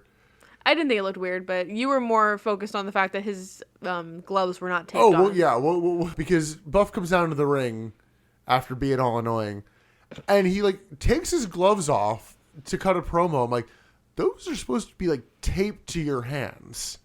Like, how the fuck did you just take that off? And then he brings out someone to be in his corner since Rick is in Roddy Piper's corner. And Emily, who's here? Who's making their return? We haven't seen this person in, like, 7 months. Emily, who is it? It is Judge Judy Bagwell. Who's not a judge. But she was announced, so they announced her as Judge Judy Bagwell. I thought it was Judge Judy at first, because it was, Mills Lane. Another TV judge would have been funny. But then they said Bagwell. I was like, oh my god. Judy Bagwell is back. Yes. I am sold. I am here. I'm ready. And you were obsessed with her t-shirt. Love her. Oh my god. Because she was also wearing the, beach boardwalk airbrushed sort of cartoon shirt. Yeah. But it was of her and Buff, and it was really cute. And she was wearing Buff's top hat on the shirt. Oh my god, I want that shirt so badly. If anybody's listening and knows how to get me that t-shirt, please. I will give you money. So before the match starts, Ric Flair grabs the mic and is like, this is your chance to walk away from this. Like, no one will think any less of you. You are out of your depth boxing Roddy Piper. Like, you are about to get your ass kicked. And his delivery feels very genuine. Like, it wasn't like this heel taunting. It was very much like no, you are about to, like, fuck up your life effectively. Are you sure you want to do this? You said it sounded earnest. It's important. Yeah. I make that joke a lot, and you hate it every time. I really do. You said it sounded very genuine. I'm changing that.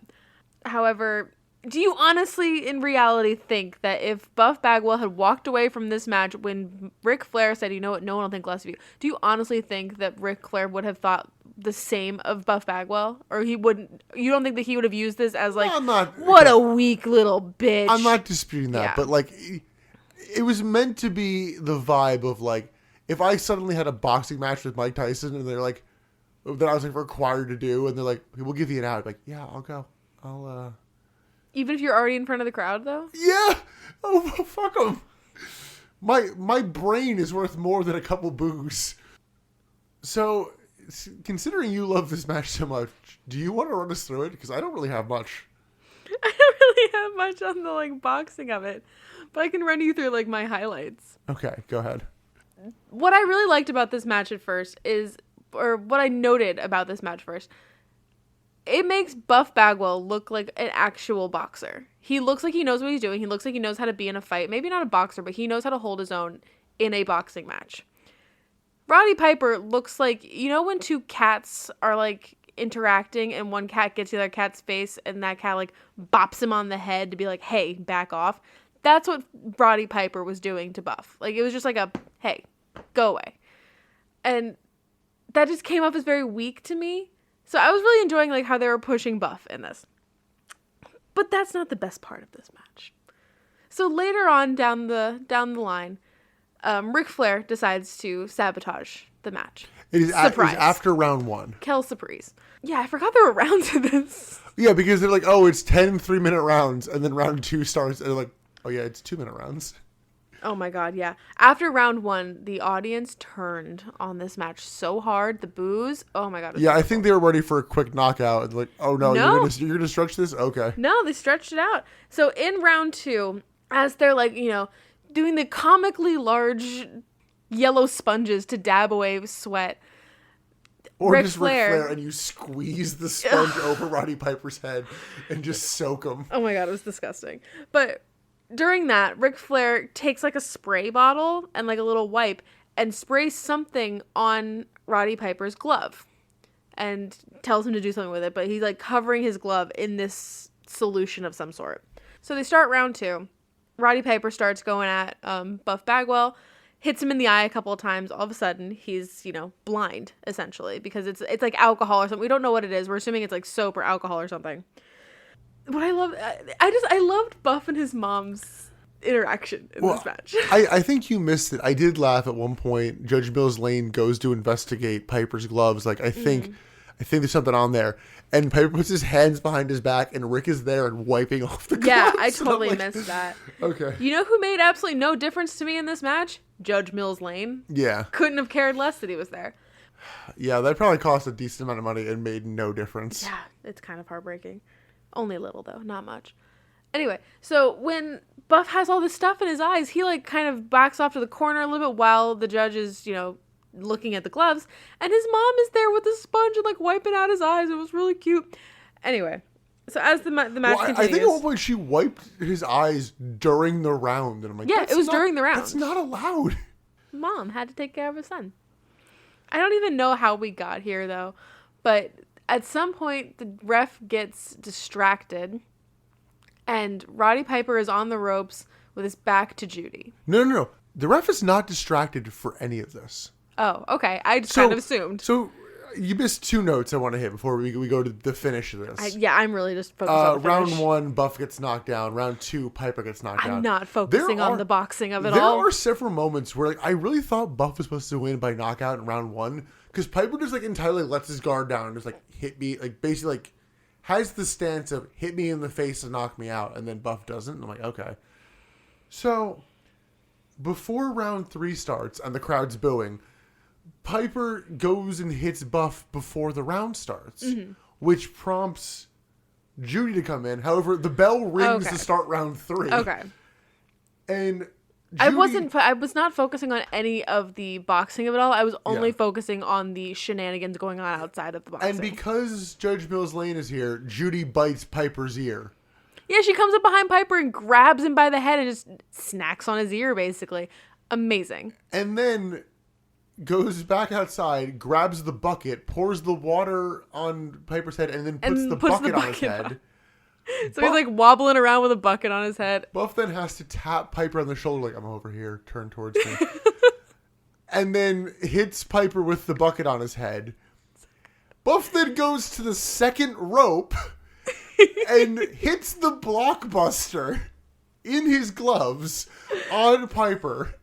And gets a pin. And then goes to pin him. Judge Mills Lane, clearly who's never watched wrestling, doesn't do the traditional ref count. He does the point ref count of 1, 2, 3. And apparently he didn't even get to 3 or something. He did not put his hand down 3 times because he was doing he was putting his arm he was moving his arm. But Bobby said he didn't on commentary afterwards. This is derailing. He pinned him in a boxing match. It was so what chaotic. The fuck? I was obsessed. I loved it so much. It was so much chaos. It was so quick. Nothing made any sense. I loved it. I was too confused to hate it, but I hated it. Loved it. Oh, and then at the end, Judy fucking gets her shit in, brother. She does. Fucking throws water at Ric Flair and gets the mat soaking wet, and it's you bitch. Oh yeah, yeah. She made sure that they were not following her when they left because he had soap in his face now. Yeah, there are worse boxing matches in the history of wrestling. Yeah, it wasn't the one that we watched last week. Yeah, that was. This ironically, that had a finish that was a DQ that I was oh, that shouldn't have been, and this had a finish that wasn't. It should have been a DQ. It was so off the rails. I thought this was the best wrestling boxing match. This saved me a little bit mentally. I was this is amazing. This is what I want. This is the dogs. This is the hurricane swinging into boxes. This is it. No, this was not the dogs. The dogs were way more chaos energy. This was chaos energy. Honestly, the fact that Judge Mills Lane was just suddenly fine with all of it, what the... It also made no There has been nothing to indicate, because he was pretty by the book. And then he just wasn't. Like, why was Judge Mills Lane there? Who cares? Let's just get to the main event. I love that Because match things are going to get so much more coherent from here. Surprise, that's my best bit. I fucking love that match so much. Watch that match. For the chaos energy, watch that match. I disagree, but, based on how your tastes relate to the two of us, I guess. If you want good wrestling, don't watch it. If you want to feel something, watch it. Honestly, I think I know that your MVPs be one of two people. I just don't know which one yet. But let's go to the main event. It is a tag team match for the WCW title, which I'm sure this will be the most significant tag team match to ever happen for the WCW title. Honestly, I was really expecting something big to happen in this match because it was the main event. And it's Bash to the Beach. It is Kevin Nash and Sting versus Sid Vicious and Randy Savage. We get the very long recap per usual. And they cut out of the end of the package that there was a fake Sting who was attacking Kevin Nash. Yes. However, Tony Schiavone notes this on commentary. So I'm like, are you trying to pull this weird wool over our eyes or no? I don't know. This is another one of those, this is the same thing as I said earlier where commentary seems to be following the storylines or what the storylines should be, but this talent's not. It's also very unclear if Savage pins Sting, does Savage win the title? But commentary seems to indicate, Bobby specifically is why would Kevin Nash get in the ring? Yeah. There's literally nothing good for him in the ring. Because Sting can also pin him. Yeah. And get That's title. also a thing that really doesn't come up outside of some weird tension. Yeah, Sting can pin Kevin Nash. Which again, I'm like, why is this not a 4-way match? If I was Kevin Nash, I would just wait for the bell to ring and then leave the arena. What are you doing? Yeah. This made no sense. So Sting comes out, and it is actually Sting. I was ready for it to be fake Sting. And Tony Schiavone is like, yes, I have watched Sting for years. This is Sting. Good. I didn't catch Tony Schiavone, but yeah, this was 100% real Sting. It was not the Rosie O'Donnell lookalike that I saw last week. No, because there was a different fake Sting as well last week. Yes, yeah. Oh. See, I want to go back to the fun match. Can we keep talking about Judy Bagwell? No, we have to talk about Gorgeous George.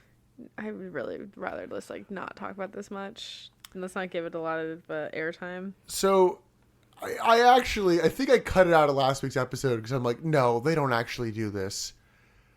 They have Gorgeous George come out, and I'm like, does she have a black eye? She comes out wearing sunglasses. And then she takes them off, and I see the eye I saw, and I went, oh, okay, they didn't. Thank God. And then she turns like, oh, God, it's the other eye. Yeah, they have done some black eye makeup on Give her her. some black eye shadow. Yeah, but let's be serious about it. Yeah, sorry. It's just very poorly done, which is why I laugh. It really is. Because last Nitro went off the air with Randy Savage going to beat Gorgeous George after slapping Tori Wilson, which apparently, especially because they were in Atlanta, Turner higher-ups were like, what the absolute fuck is this? Good. So yeah, we are. I don't know how much this will continue after the next Nitro. We as the crowd are supposed to assume that after that Nitro last week, that something did happen with George and Macho, and now she is in the ring on Macho's side. He's being a little abusive towards her, throwing her around. He's real aggressive, very you aggressive. Fucking get over here. It's uncomfortable, especially once it's clear that she does have the black eye makeup on. Because it also really hard to holds watch. on this storyline development for a while. It weirdly stalls once everyone's out and the match starts. I don't want to give this too much airtime. Yeah. Just because it's not fun to talk about, and I would rather just skirt and past. We've acknowledged we will it. also have to talk about it a little bit at the end of the match. Yeah. Because George then goes over to Kevin Nash's corner, and it's okay, she's defecting. She's leaving the abusive boyfriend. Yay! Yeah. And Sting and Kevin Nash are both okay, yeah, we will defend you here. Yeah. You're safe. It's a good thing. It's great. Yeah, Sting hits Savage from behind when he goes to go get George, and the match finally starts. And it's Sting is far and away the best and quickest wrestler of the four. Oh my God, yeah. I have not much from this match. It goes for a little while, but it's There's not much to it. Yeah, like there's It's- tension between Sting and Nash early on that just vanishes and it's fine. Nash stays out of the ring for as long as he can, and then he just tags in for some reason. Yeah, Bobby Heenan at this point is like, yeah, Nash won't lose the title if Sting gets pinned, but he's staying to be a good partner. Yeah.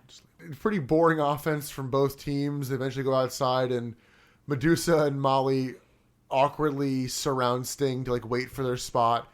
And I don't know whose spot it was supposed to be, but Molly eventually has to like run over to like go choke Sting at one point. By the way, Good we're just for calling her Molly. Molly now. Yeah, Miss Madness, Molly. It's Molly. We love her. They try to do the exhausted like fall headbutt to the groin, but they're so zoomed in that you see Sting like not actually hit it. Yeah, there were a couple of angles in this match that like you could really see them, not hitting each other. They do 2 different hot tags to Nash where he goes and cleans house. Yeah, like why are you even tagging in? Why? No, but it's like you just did the same spot again. It's like, what I the know, but also why are you tagging in? So the women then just come into the middle of the ring and Sting grabs them and just does like the bash the heads together spot with the 2 of them. And I'm Yeah. like, okay, that's weird.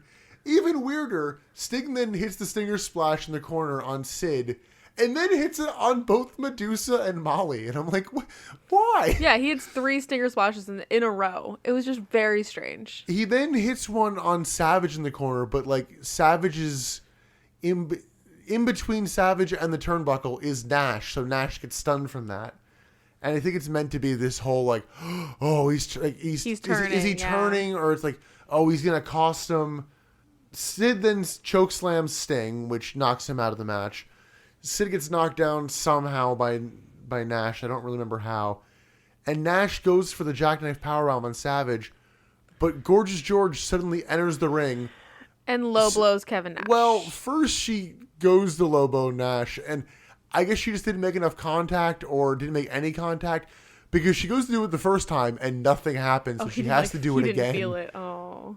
So low blows Nash, and Sid then scoop slams Nash.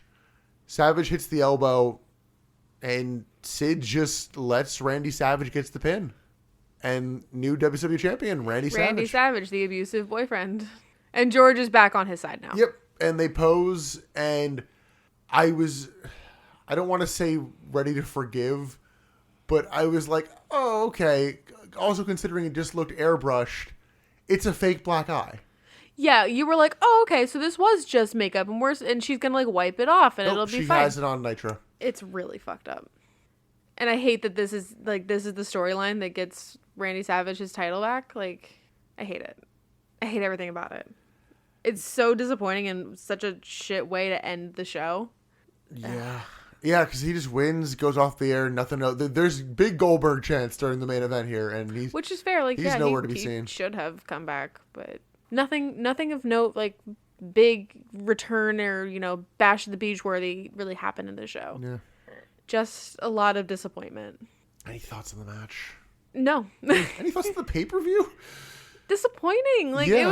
it was really... It was just a show. It was average. Even then, you say... It was below average, probably.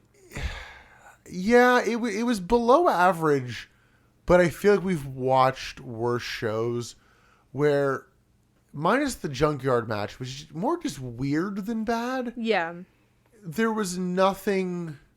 like abysmal on this, I want to say. No, there was nothing egregious. It was all just kind of boring. It was all the same kind of match quality we've seen on Nitro. We've watched worse pay-per-views. Yes. Like, I stand by Super Brawl is... and I think Uncensored was also pretty bad. Oh my god, yeah, Uncensored was hard. I mean, even the Nitro recently where I was like, no, I'll see you at Bash the Beach. Yeah. Fuck you. Yeah, I mean, don't watch. I don't think there's anything. No. I know you say watch the boxing match. Just for the chaos I of don't it. think there's anything on this love show it. worth watching.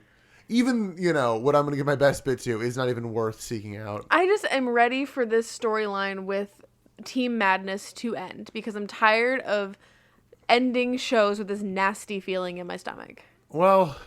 because this is 2 in a row now that we've ended with a domestic abuse angle, and that's not a great way to leave a show. But yeah, so that's the pay-per-view. That's pay-per-view. And I realized through talking through this that I'm remembering that Mean Gene's Someone's Here is going to play a big factor into tomorrow night. I didn't even ask you. You said to ask you again at the main event. And I'm remembering if I say the full thought, it will absolutely ruin it for you. But if I call the hotline, will I know? You can try. But pretty sure Randy Savage is about to enter a story with somebody who is suddenly here tonight again. For those wrestling history buffs, knowing Randy Savage, you should not be surprised about who is about to come rain on his parade. Oh, if someone's coming to knock him down a peg, great. I'm all for it. Okay. I'll remember you said that on the next episode. Is Scott Hall However, back? That's going to be it for this. No. Who's back? For this episode of the Butts in the Seats podcast. I guess actually it's not going to be totally it because we have to do best bit and MVP. I think you basically told me your best bit. Yeah, my best bit is 100% the boxing match. Yeah, I'm giving mine to the tag title match. Okay, yeah. I don't think that's a surprise. Yeah, no. All right. Emily, is your MVP Judy Bagwell? Damn right it is. Okay, I thought there was a 50-50 shot. I'm actually going to give mine to the person I thought yours was going to be until I remembered how much you love Judy Bagwell. We talked about it a little bit. I'll give mine to Bobby Heenan. Oh, I thought you were going to say Buff. I'm no, sorry. God, no. I heard the B. I was like, you're going to give it to Buff Bagwell? No. It's happening? Bobby Heenan was constantly entertaining me throughout the show. That's and fair. So I'm like, you know what? Nobody in the tag title match stood out enough, and there's nobody else. Yeah, that's fair. No, Bobby Heenan was actually absolutely the most entertaining part of this entire show. Yeah. Even though you can just feel palpably how much he and Tony don't like each other. They don't like each other. They don't want to be there. It's really fun. So that'll do it for this episode of the Butt Seats podcast. Next up, the next Nitro. It'll be the July 12th, 1999 Monday Nitro. Until then, you can follow us on Twitter at ButtsInThePod, also Instagram, same handle. Look us up, the Butts in the Seats podcast, on Facebook, and you can listen to any of our previous episodes on Spotify, Apple Podcasts, Google Podcasts, Amazon Podcasts, and Stitcher. Good job. You ran through everything. Yeah. Didn't even have to step in for social media. You got it all. Any final thoughts on this train wreck before we get out of here? No, I'm really ready to move on. I'm ready. I had so many high hopes for Bash at the Beach, and none of them were met. Now, Emily, can I give you one good tease for this? Actually, I don't know if it's a good tease for this next Nitro or the one after it. This next Nitro is the final Nitro with Kevin Nash as lead booker. Yes, thank God. I mean, it's gonna go back to Eric Bischoff and in the committee afterwards, but it's not Kevin Nash the hero. Yeah. Good. So that'll be the next episode. But until then, feel free to go back and listen to all our old episodes or any of the ones you missed. And thank you for listening to this episode of the Butts in the Seats podcast. Bye.